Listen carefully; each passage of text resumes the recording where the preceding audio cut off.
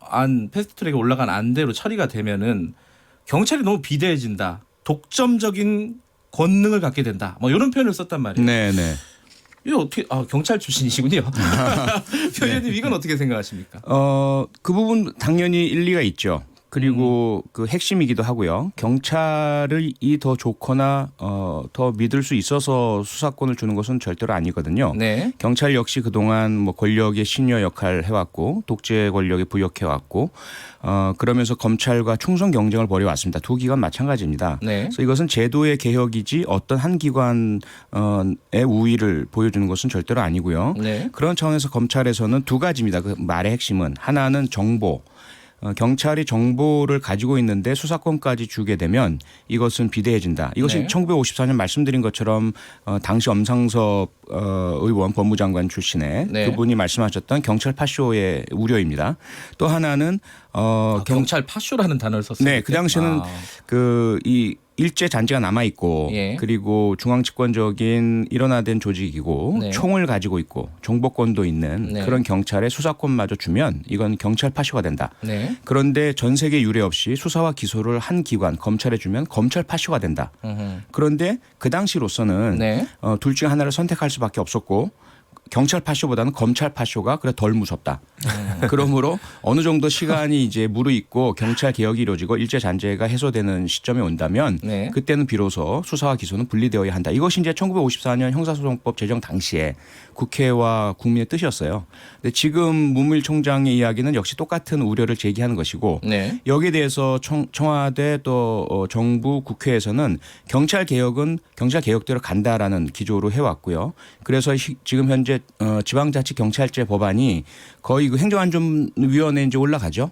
김영우 의원님 잘 알고 그 계실 자치경찰제는 또 그 김영우 의원님 소관이군요. 네. 예. 그다음에 이제 경찰의 정보 기능에 대한 개혁, 인적인 축소 그리고 정보활동 범위의 축소, 기관 출입 금지 이렇게 해서 이루어지는데 여전히 저희들도 더 살펴봐야 합니다. 과연 경찰이 네. 지금 한창 뭐 수사 결과가 나오지만 과거에 나경원 서울시장 후보 캠프에 거의 뭐 선거 운동원 역할 같이 정보 경찰했던 흔적들도 나오고 있고 앞으로는 절대로 그래서는 안 되고 지금도 그런 일은 절대로 해서는 안 되죠. 그래서 경찰의 정보를 과연 운용해야 되느냐 일단 본질적인 질문은 당연히 해야 됩니다. 다만 이것은 경찰 개혁 차원에서 가져가야 될 문제이지 수사구조 개혁에 이것을 결부시켜서 경찰 개혁이 정보나 또는 분권화가 안 되면 수사권 조정은 안 된다라는 것은 사실은 맞지 않다라는 것이 일반적인 학계의 중론입니다. 오늘 어떤 신문을 보니까요. 그 자치경찰제가 사실은 이제 검찰을 이제 개혁할 때 검찰한테 했던 얘기가 우리 그 검찰의 어떤 권력을 좀 힘을 좀 뺄 테니까 사실은 자치경찰제 만들 거고 그래서 경찰도 힘이 좀 빠질 거야 이렇게 했는데 자치경찰제가 굉장히 뭐랄까 약한 수준에서 진행이 됐다. 그래서 검찰들이 속았다 이런 기사 제목들이 나오더라고요. 요거는 어떻게 봐야 돼요, 김영우 의원님? 근데 그 경찰 쪽 얘기 들어보면은 경찰들도 또 불만이 또 많이 있어요. 예. 여태까지 검찰에 의해서 이제 그 수사 지휘를 받으면서 네. 그리고 이제 지금 조정되고 있는 검경 수사권 조정과 관련해서도 경찰 쪽 불만도 많이 있더군요. 네. 여러 가지 뭐 징계를 요구할 수 있는 검찰 쪽에서 징계를 요구할 수가 있거든요. 예. 경찰의 여러 가지 수사 상황에 대해서도 네. 그런 게 있습니다. 그런데 제가 말씀드리지만은 그런 경우가 너무 많지 않습니까? 경찰이든 그 검찰이든 그 무고한 시민들 국민들을 수사를 했는데 나중에 이제 다 무혐의 처리됐을 경우에 네. 어디 뭐 이렇게 하소연할 데가 없더라고요. 네, 정치인들도 마찬가지입니다만은 일반 국민들 입장에서는 정말 그 완전히 그 딱지만 그 뭐라 그러죠? 어떤 뭐 죄인 같은 네. 네? 그런 그 낙인만 찍히는 거 아닙니까? 근데 그 수사가 다 끝난 다음에 또 법원 판결 받았는데 무혐의 처리받고 이런 경우가 상당히 많은데 네. 이것은 누가 책임을 져야 되는지 이것이 이제 경찰이든 초기 수사를 맡았던 경찰이든 아니면 기소를 했던 검찰이든 무슨 뭐 여러 가지 인사고과든 뭐가 됐든 좀 징계를 받지 않으면 안 된다. 그런 차원의 좀 그 개혁이 이루어지는 게 저는 더 먼저 아닌가 생각이 돼요. 지금처럼 검찰이 가지고 있는 권력의 일부를 경찰에 떼어주거나 아니면 뭐 그 반대가 될 수도 있고요. 아니면 또 검찰의 그런 그 여러 가지 기소권, 수사권 이런 걸 또 뭐 공수처가 또 한다든지 이것은 권력기관끼리의 밥그릇, 권력 이동이지 국민들 입장에서 무슨 개혁이 일어나는지 모르겠어요. 그래서 우리가 뭐 선거법도 정치인 간에 어떻게 보면 밥그릇 싸움이듯이 네. 예, 지금 검경 수사권 조정 문제도 밥그릇 싸움으로 가선 정말 안 된다. 이건 진정한 개혁이 아닐 것 같아요. 오히려 이제 앞으로 검찰 경찰 정말 첨예하게 싸울 것 같아요. 개혁은 해야 되지만 개혁의 방향이 잘못됐다 지금. 예, 그거를 면밀히 좀 봐야죠. 근데 지금 예, 표창원 김영우 의원님. 의원님 말씀하신 것 때문에 이루어진 겁니다. 왜냐하면 그래요? 예, 지금 그 지난 65년간 진행되어 오던 검찰이 경찰을 지휘하는 그 체제 하에서는 책임 있는 수사가 이루어지질 못해요. 예. 경찰은 형사소송법상 수사의 주체가 아니다 보니 네. 그냥 검찰에 송치해버리면 끝이에요. 그래서 얼마나 잘못됐든 나중에 무죄가 판결이 내려지든 형사들은 전혀 거기에 대해서 책임을 지지 않습니다. 그리고 네. 구속되거나 송치되면 점수를 받아요. 그거 가지고 나중에 뭐 승진도 하고 이렇게 되거든요. 그런데 지금 수사구조 조정안대로 이루어지게 된다면 경찰이 이 사건에 대해서 수사를 하는 데 있어서 끝까지 책임을 집니다. 그리고 검찰은 이와 분리돼서 별도로 기소를 하게 되기 때문에 경찰 수사가 충분치 않다면 받아주질 않아요. 그리고 앞서 말씀드린 그 검찰의 반발 중에 하나가 종결 부분이잖아요. 그런데 경찰이 만약에 이건 죄가 안 되는 것 같아요라고 검찰에 송치를 안 하잖아요. 그러면 해당되는 모든 기록을 일단 검찰에 보내게 되어 있어요. 그래서 30일 동안 검찰이 보고 만약에 그 안에서 경찰이 뭐 직무유기성 범죄 혐의가 있다면 바로 수사를 하게 되고요. 경찰에 대해서 또는 이것은 송치를 해야 될 부분인데 왜 안 하느냐 기소 의견을 해야 된다라고 한다면 수사 요청과 지휘를 하도록 되어 있습니다. 그래서 이런 부분들이 김영우 의원님 말씀하신 것처럼 현재 국민들이 너무 수사에 있어서 고초를 많이 겪으셨고 억울한 일도 많으셨고 어떤 사람은 힘이나 돈이 있다고 해서 죄가 있는데도 죄가 없는 것처럼 되고 반대로 힘이 없고 약한 사람은 죄가 없는데도 죄가 있는 것처럼 기소돼서 재판까지 갔는데 나중에는 무죄로 밝혀지고 아무도 책임 안 지는 이 구조를 바꾸기 위해서 지금 하고 있는 것이 수사권 조정인데 그 결과가 나오기 전에 양 기관은 우리가 손해다라고 하다 보니까 보여지기가 마치 기관 간의 밥그릇 싸움처럼 보여지는 거죠. 근데 한번 보시자고요. 네, 이번에 버닝썬 사건만 해도 그래요. 저희는 뭐 이제 경찰 대부분의 경찰을 저는 믿고 있고 신뢰를 합니다마는 버닝썬 사건의 경우에도 상당히 많은 그 경찰들이 이런 그 부패 비리와 연루가 되지 않았습니까? 근데 앞으로 만약에 검경 수사권 조정이 이루어진다면 이런 경우에 그냥 그 경찰이 만약에 연루돼 있다 했을 때 경찰이 수사하다 말아버리면 아무도 책임질 사람이 없는 거예요. 그리고 그냥 그 부패 비리는 그냥 덮어지는 것이고요. 그래서 이런 것도 좀 문제다. 그런 생각이 들어요. 네, 바로 그것 때문에 더 필요합니다. 제가 이 자리에서 말씀드렸죠. 버닝썬에 대해서 검찰이 수사를 해야 된다. 네. 그런데 안 하고 있잖아요. 네. 왜? 현재 수사 구조상 검찰은 경찰이 자신들의 지휘 하에 있는 조직이고 언제든 개입할 수 있고 지금 이루어지고 있는 경찰의 수사도 사실은 검찰의 법적인 책임 하에 있어요. 그렇기 때문에 경찰에 문제가 있어도 검찰이 건들지 않습니다. 반대로 검찰이나 검사의 범죄 혐의가 있어도 경찰이 함부로 수사 못 하잖아요. 잘 알고 계시잖아요. 네. 그런데 이것을 수사권 조정이 이루어지게 되면 경찰의 현재 소송법상의 검찰의 수사 대상이 줄어들게 돼요. 경제, 뇌물, 부패 그다음에 핵심이 뭐냐면 경찰입니다. 경찰의 범죄 혐의에 대해서는 검찰이 바로 수사하도록 바뀌게 됩니다. 그러면 지금처럼 버닝썬 게이트에서 경찰의 연루 의혹이 있다. 검찰이 손 놓고 있는 사태 앞으로는 없어지게 된다는 거예요. 반대로 검찰에서 문제가 생겨도 제 식구 감싸기 못하게 됩니다. 검찰이 어떻게 알죠? 경찰의 여러 가지 부패 연루돼 있다는 사실을 어떻게 인지를 처음부터 알게 됐죠. 이번에 김상교 씨라고 피해자가 있잖아요. 이분이 폭행 피해를 당했는데 경찰이 무마했다. 이 부분이 바로 경찰에 대해서 문제를 제기한 부분이에요. 하죠? 아니. 알겠습니다. 경찰이 알겠습니다. 부패 아니, 연루된 이 얘기는 사실을 어떻게 여기까지 검찰이 하고 지휘하냐 이거죠. 그거만 좀 정리하고 갈게요. 문무일 총장이 이렇게 공개적으로 반발을 하면서 결국은 과거에 이런 뭐 입법 시도라든가 개혁 시도가 있지 않았습니까? 네. 다 좌초가 됐어요. 이번에도 검찰총장이 만약에 뭐 사퇴를 하는 이런 초강수를 둔다거나 검찰이 조직적으로 저항을 한다거나 이러면은 이번에 패스트트랙에 올라간 법안들 공수처법이라든가 아니면은 검경 수사권 조정안 이거 좌초될 위기가 오는 거 아니냐 이런 생각을 갖고 있는 사람도 있습니다. 어떻게 생각하시는지? 저는 전혀 그렇지 않다고 보고요. 이번은 과거와 너무 다르죠. 왜냐하면 과거에 제가 이제 김대중 대통령 당시에도 경찰대 교수로 있으면서 네. 검경 수사권 조정에 대해서 자문 역할을 맡았었는데 네. 결국은 검찰의 반발이 강해지면서 논의 중단 지시라는 초유의 지시까지 내려졌어요. 검찰과 예. 경찰은 이 문제 얘기하지 마라라는 예. 거죠. 그러면서 좌초됐고 그 다음에 이제 다시 노무현 대통령 당시에도 또 다시 추진을 하시다가 역시 정부 내에서 검경 간의 합의를 하는 와중에서 결국은 그만뒀고요. 이명박 대통령 당시에도 결국 그 당시에 처음에 이제 경찰의 수사 개시권이 됐죠. 이명박 정부의 성과입니다. 그런데 여기에 반발한 당시 검찰총장이 사퇴를 해버립니다. 네. 그렇게 되면서 결국 법적인 개정까지는 못 가는 상황이 됐고요. 그런데 이번에는 국회로 넘어왔어요. 사상 처음입니다. 국회로 법안이 개정돼서 어쨌든 패스트트랙으로 올라가 있는 상태이고 국면이 다르다. 다르고 예, 예. 자유한국당도 당론으로 공수처는 반대하셨지만은 검경 수사권 조정은 찬성하셨잖아요.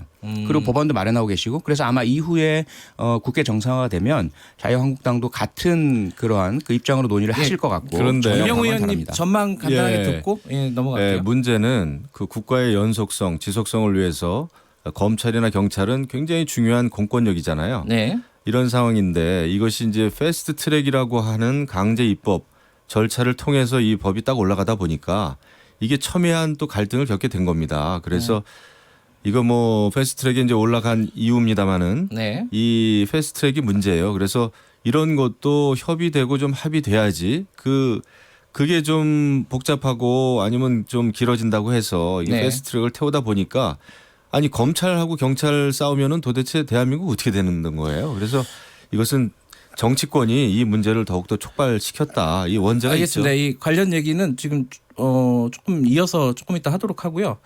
이게 오늘 최고의 정치가 유튜브로 처음으로 지금 라이브 중계를 하고 있다고 합니다. 약간 시범적인 실시고요. 얼굴 다음- 나갑니까? 그러면? 지금 나가고 있고요. 근데 예, 알겠습니다. 소개도 안 했는데 문자를 주신 분들이 있어요. 예를 유튜브에서 아니요 문자로 예. 예를 들어서 얼굴을 보시고 김동근 청취자님이 김영우 의원님 면도 좀 하라고. 트레이드 마크신데 네, 요새 농성 중입니다. 이해해 주십시오. 나중에 때가 되면 하겠습니다. 그리고 K7416님은 김경래 기자 이게 저한테 목소리는 샤프했는데 외모는 그렇지 않다. 뭐 이런 짐승 같다. 이건 뭐 칭찬인데. 유튜브 화질이 별로 안 좋아서 잘못 보신 것 같고요.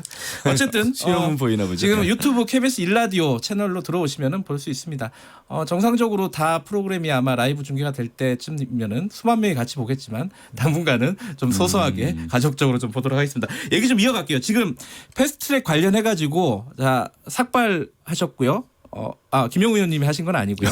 예, 화면으로 보시겠지만 이제 김영우 의원님 하신 건 아니고 네 분이 김영우님은 이제 수임을 기르셨고 네 분이 이제 삭발을 하셨고 장외 투자는 계속 하고 있습니다. 이 기조 계속 가는 겁니까? 자유한국당은? 지금으로서는 갈 수밖에 없습니다. 예. 근데 정말 염려되는 게 어제입니까? 네. 대통령께서 사회 원로 청와대에 초청을 해서 말씀을 하셨고 예. 그 원로들이 여러 가지 이제 우려되는 바를 전달을 한 것 같은데 대통령께서는 지금의 여러 가지 그 뭐 적폐청산이라든지 이런 거에 대해서 계속해야 된다. 네. 그다음에 지금 검찰의 수사를 통제할 수 없다 이렇게 이제 말씀을 하셨어요. 이런 기조로 봐가지고는 아마 그 정치권의 그런 지금의 어떤 갈등 양상도 계속 가겠구나 이런 생각을 좀 해봤어요. 사실은 이렇게 입법부가 꽉 막혀 있는 상황에서는 뭐 대통령도 이런 그 여야 영수회담이라든지 이런 걸 통해서 좀 이 국면을 풀기 위해서 노력을 하는 것도 필요하다고 봤거든요. 예. 그런데 전혀 그런 기류가 안 보이기 때문에 예. 이런 상황은 아마 계속 갈 것이다. 왜냐하면 지금 더불어민주당은 청와대 얘기를 아주 잘 듣고 있지 않습니까? 이런 상황이라면 문제가 잘 안 풀리겠죠. 그 더불어민주당도 지금 답답하지 않아요? 뭐 추경도 처리해야 되고 지금 어떻게 이 난국을 네, 우선 뭐 김영우 의원님 말씀에 조금 저는 자유한국당이 최근에 그런 기조신데 예. 이렇게 이제 서로 다른 두 가지를 이렇게 섞는 것을 자꾸 잘하세요. 그런데 어제 대통령 말씀에 두 가지 방향이잖아요. 하나는 이제 적폐수사고 네. 또 하나는 국회에 지금 이런 이제 극한 대치 상황인데요. 네. 원로들 말씀에 적폐수사에 대한 이제 말씀이 있으셨어요. 거기에 대해서 하신 말씀 뭐냐면 과거와 달리 청와대가 검찰이나 경찰 수사기관의 수사에 대해서 개입하거나 지시할 수 없다 이 말씀이시고요. 또 지시를 하나는 했잖아요. 아니죠. 그런 여러 것은 차례 지시했잖아요. 아니요. 그런 건 없고요. 그럼 두 분이 싸우세요. 네. 제가 개입하지 않겠습니다. 또 하나는 뭐냐면 국정농단이나 사법농단이 정말 있었다면 이거는 뭐 용서한다든지 화합한다든지 이런 차원으로 할 수 있는 것이 아니지 않느냐. 이건 국민의 뜻이다라는 것인데요. 이건 뭐냐면 이미 거의 마무리 단계에 와 있습니다. 재판 중인 것인데 여기에 대해서 개입할 수 없다는 명확한 말씀이지 이걸 뭐 계속해서 한다는 말씀은 아니고요.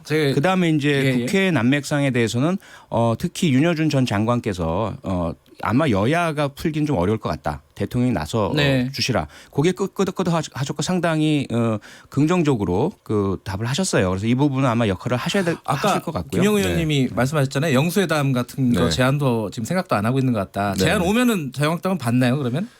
그거는 뭐 제가 당 대표가 아니니까 모릅니다. 그런데 저는 우리 당 대표께도 제가 사실 그 개인적으로 요청을 드렸어요. 아 그래요?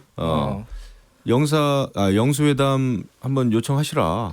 저는 뭐 제가 뭐 당에서 어떤 특별한 당직은 지금 뭐 도당위원장이긴 합니다만은 지도부라고는 할 수 없죠. 하지만은 제가 말씀을 드렸고 또 국회의장께서도 지금 모르겠습니다. 그 병환이 좀 있으셔서 근데 퇴원했다는 소식은 들리더군요. 그래서 이제 빨리 쾌유가 되셨으면 좋겠고 이것은 좀 풀어야 됩니다. 그리고 중진 의원들도 이런 때는 좀 나서줬으면 좋겠어요. 제가 어제 그제 또 더불어민주당 여당의 중진 의원님들도 좀 만났어요. 그분들도 속으로는 굉장히 지금 그 불편해하시고 이건 정상이 아니다. 그리고 아무리 청와대 국민 게시판에 그 야당인 자유한국당 해산해라라고 하는 국민청원 뭐 160만 건입니까? 지금 170만. 그런 거 들어갔다고 해서 여당에서 좋아할 일도 아니다. 우리가 협치를 해야 되는데 근데 그 말씀 듣고 제가 많이 좀 느꼈어요. 지금 일어나고 있는 상황, 이 정치적인 갈등이 정말 정상적이지 않기 때문에 이것을 돌파를 해야죠. 그러기 위해서는 대통령께서 국민을 하나로 모으고 통합할 수 있는 그 지혜, 리더십을 발휘하셔야 돼요. 근데 너무 지금 국민 편가르기 하고 적폐와 촛불 이렇게 딱 나눠가지고 갈등을 일으키면 이거 끝까지 갑니다. 시간이 저희들이 1분밖에 안 남아가지고 자 170만이 자유한국당 해산 청원을 했습니다. 어찌됐든 간에 뭐 논란은 있지만은 그 부분을 어떻게 받아들이고 계신지 30초씩만 좀 말씀하시고 마무리하죠 오늘. 표 의원님부터. 네, 저희 더불어민주당 해체 청원도 24~25만 넘어서고 있습니다. 20만 넘었죠. 네, 대단히 답변해야 되는 거죠. 그렇습니다. 대단히 엄중하게 받아들이고 있고요. 그리고 특히 자유한국당은 지난번 KBS 수신료 문제라든지 또는 미세먼지 문제 등을 국민 청원이 일어났을 때 그걸 인용하시면서 개선을 요구하셨어요. 근데 정부에 불리한 건 인용하고 또 본인에게 불리한 거는 거부하거나 조작설 얘기하는 건 좀 아니라고 생각이 되고요. 어쨌든 알겠습니다. 국민의 엄중한 명령은 저희들이 받들어야 된다고 생각합니다. 30초밖에 안 남았습니다. 정당 해산을 청와대 국민 게시판이라고 하는 이런 제도를 통해서 청원하는 것 자체가 저는 코미디다 생각을 합니다. 정당이라고 하는 것은 국민들이 자유롭게 결성한 그 정치 결사체고요. 이 정당에 대한 평가는 투표, 선거에 의해서 이루어지는 것이 맞고요. 지금 그러면은 뭐 30% 지지율 이상의 자유한국당을 이렇게 해산하라고 하면 다른 뭐 바른미래당이나 정의당이나 민주평화당 다 해산해야 되죠. 그리고 알겠습니다.